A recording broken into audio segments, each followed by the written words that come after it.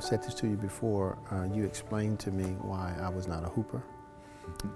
And at the end of the third C.L. Franklin conference in Detroit, when you were the host and you were closing the conference, you decided to make some remarks. They weren't really planned. At least I didn't think they were. And you were just talking about preaching and talking about C.L. Franklin, and you start talking about hooping. And it was just the most powerful 15 minutes. And you know that I've said to you, you need to write that, you need to publish that. It was just what you know about it. It just flowed out of you. You know, the experience, the years. You said stuff like, it takes 500 sermons. You remember that? Yeah. It takes, you know, it takes 500 sermons. So that's about, if you do 50 sermons, that's 10 years to really perfect. And you were talking about hooping. And then you said, and you have to be able to understand scales. And if you don't understand scales, you don't understand hooping. So I said, I don't understand scales. So that explains to me why thank you very much for explaining to me why I'm not a hooper. So I just want you to share. You have so much wisdom in this, and experience and depth. And just in that 15 minutes, you were just mesmerizing. Oh, wow. Well, thank you. Well, you know, I'll start with that 500 sermon thing, you know, because none of us should think or expect to be the best we can be overnight. You know, it's going to take some work. It's going to take some preaching. It's going to take time and doing it, not just reading about it, sitting in classes on it, hearing others do it. It's going to take some time doing it. 500 sermons is probably what it takes for us to build within ourselves our authentic preaching voice, so that we are totally who we are, so that E.L. Branch is not just a mixture of Samuel DeWitt Proctor and Clarence LaVon Franklin and Elijah Searcy and Wilbur Daniel, you know, and other preachers that I've known and loved and admired, you know, through the years, because the time has to come that E.L. Branch can speak, and that I'm totally me, and that's where I think that 500 sermons preached is about the time that begins to click. And as you say, if you preach 50 sermons a year, and that's a pastor with their own pulpit that gets to do that, and it would take 10 years to accomplish that. You know, some would do it more, you know, who preach revivals and all the rest, but yeah, it's about that, and so the whole thing of developing who you are, whether or not you are gifted to close a sermon in a particular way. If you're going to close a sermon, I mean, and I've heard some of the best sermons without a tune, without a hoop, without a squall, without pulling it, as we say, and so that's not. And I think all of us agree that is not what makes a sermon. That is not what makes preaching.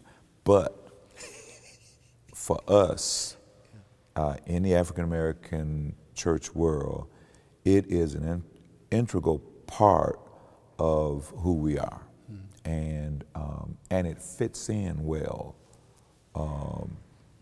for us, you know.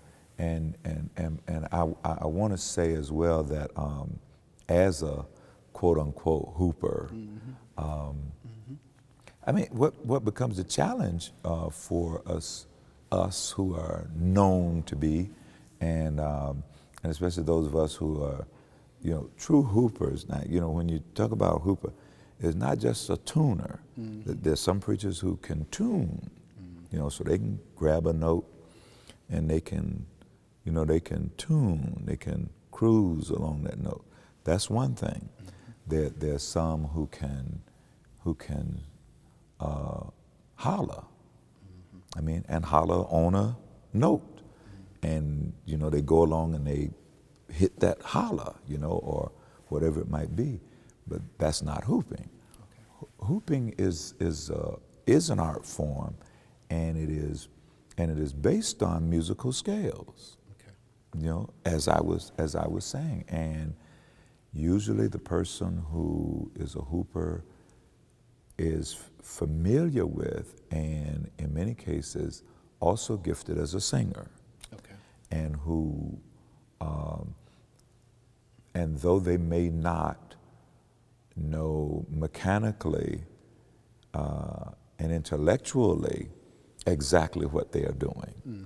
they know what they are doing when it comes to following, you know, musical tones and that, and to be able to do that at the same time that you are continuously giving a message and saying something of substance. Yeah. You know, it takes work, Yeah.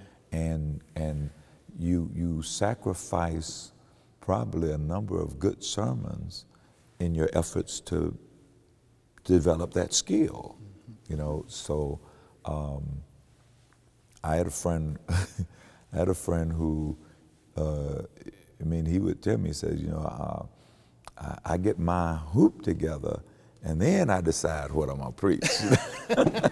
You know, and hey, he was a tremendous hooper, and he was effective with it.